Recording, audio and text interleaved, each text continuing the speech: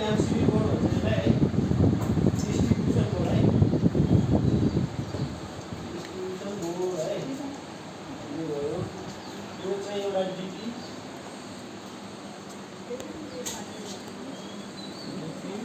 यसलाई यो दुईटा चाहिँ एसपी है। अब यसमा कनेक्सन कसरी गर्ने, बत्ती बाल्ने र पावर सकेटमा कनेक्सन कसरी लाने भन्ने प्रयोग मात्रै हो, अरू केही नहीं होइन। अब यसलाई चाहिँ हामीले मेन फेज भनेपछि यसरी लिएर गयौँ, यसरी। अब यो भन्दा पनि अलिक लामो भयो।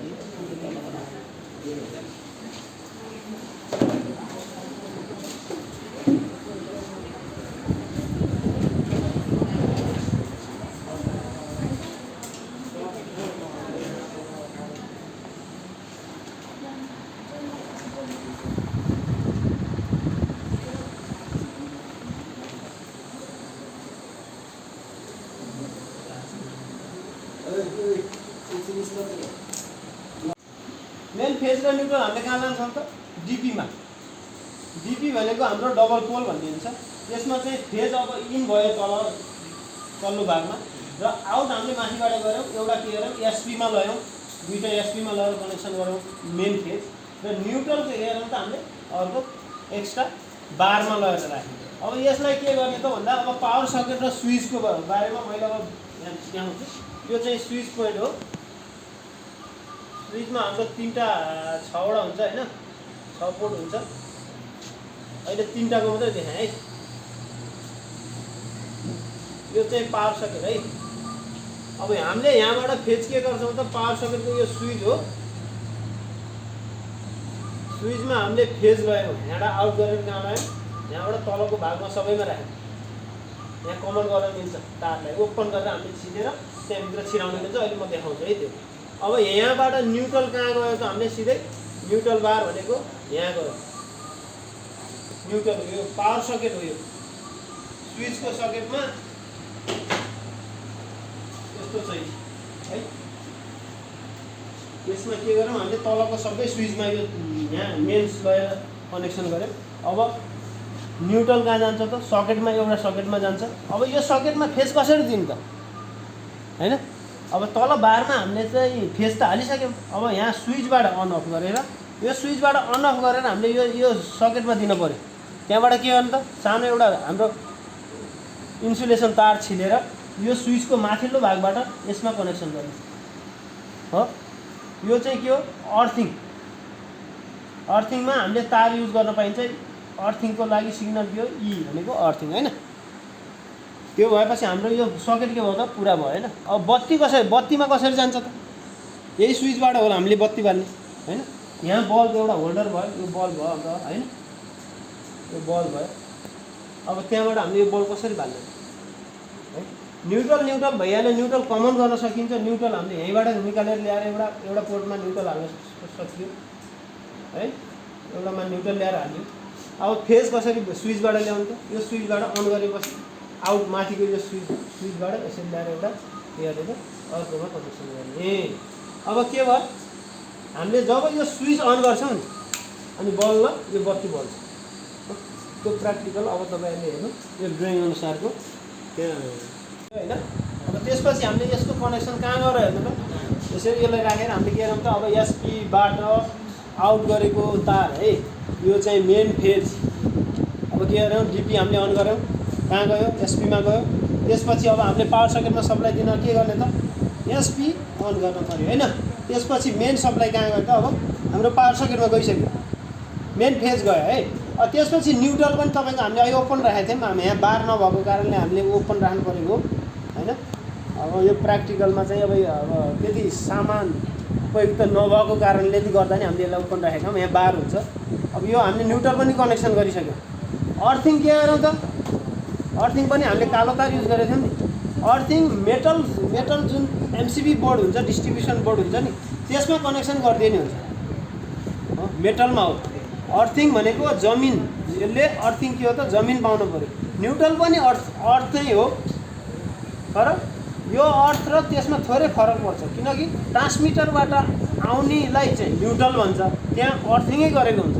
ट्रान्समिटरमा पनि के गर्छ त, 3 फेज मात्रै आउँछ, हामीले न्युट्रल के गर्छौँ त ट्रान्समिटरमा अर्थ गरेर त्यो 3 फेजलाई त्यहाँ कन्भर्टर राखेर त्यहाँबाट हामीले न्युट्रल आउट गरेर ल्याएको हुन्छ।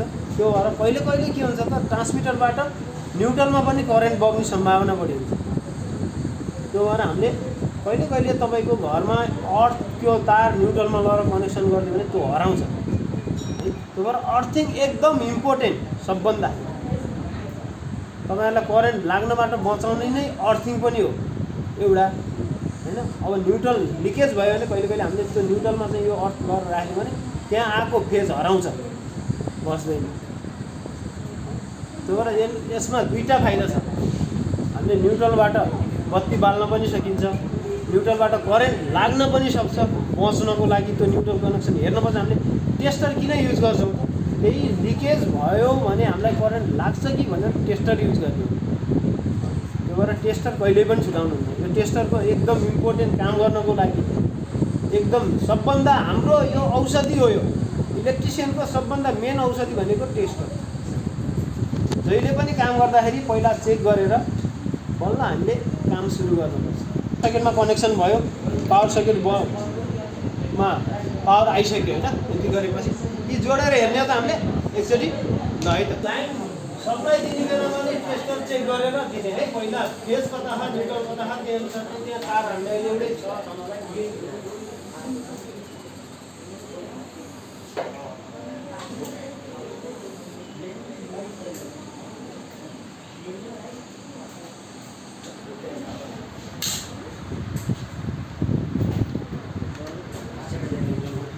हामीले एउटै कलरको तार युज गरेको भएर थोरै समस्या देखिन्छ। अब यहाँ न्युट्रल कता आयो फेज कता आयो भनेर हामीले चिन्नलाई कसरी थाहा पाउनु त। अब यसरी टेस्टर चेक गर्ने हो। हाम्रो न्युट्रलमा न्युट्रल आयो हो, बत्ती बलेन नि टेस्टरमा। अब फेजमा के गर्छ त बत्ती बल्छ हो, लाइट बलिरहेछ नि। अब हामीले के गर्छौँ त डिपी अन गऱ्यौँ, कहाँ कहाँ गयो न्युट्रल डाइरेक्ट गयो, त्यसपछि एसपीको तल्लो भागमा आयो। अब यसलाई हामीले एसपी अन गरेपछि कहाँ जान्छ त पावर सकेटमा जान्छ। आउटिङ पनि भयो। अब पावर सकेटमा पनि आइसकेको छ। पावर सकेट कनेक्सन आयो त पावर सकेटमा अहिले आएको छैन नि। हामीले के गरेर चाहिँ अझै सेफ्टी एउटा छ, सेफ्टी राखेको के त स्विच होइन। स्विच नगरेर चाहिँ हाम्रो यहाँ दुई मेन स्विचको फेजमा चाहिँ फेज आउँछ होइन। तर अरू पोर्टमा हामीले अहिले हात छोएर जतिखेर छोएर पनि करेन्ट लाग्दैन आएन। अहिले के गर्छ सेफ्टीको एउटा स्विच छ। स्विच जब अन गर्छौँ त्यसपछि यसमा करेन्ट पास हुन्छ। अब हेर्नु है, अब स्विच अन गरेपछि के भयो त बल्यो, इन्डिकेटर बल्यो नि होइन। त्यसपछि कहाँ कहाँ करेन्ट पास भयो त सबैमा करेन्ट पास भइसक्यो। हामीले पावर सकेट युज गर्न सकिन्छ। ठिक छ नि भित्र जोडे तल ल यो देखा छैन र के अरे त अहिले त अफ छ नि हाम्रो पावर सकेट हो। अब अन गर्छौँ, यो बल्ब कनेक्सन भएको छैन भने बल्दैन र कतै न्युट्रल र फेज टच भएको छ भने के गर्छ त पड्किन्छ, एमसिबी झर्छ उता। हामीले जुन यहाँ छ नि यो कनेक्सन गरेको नि यहाँ नि झर्छ, मेन पनि यस्तो गरी झर्ने सम्भावना हुन्छ। कस्तो छ कनेक्सन है ल हेरौँ है, मैले अन गरेँ है त। ल के गर त एकदम गुड राइट रहेछ त। पहिलोचोटि जोडेको एकदम राम्रो भयो। बत्ती बल्यो नि होइन। ल क्लास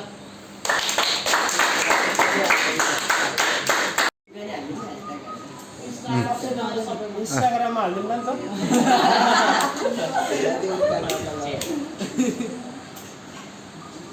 ल आज इलेक्ट्रिक वायरिङको ट्रेनिङ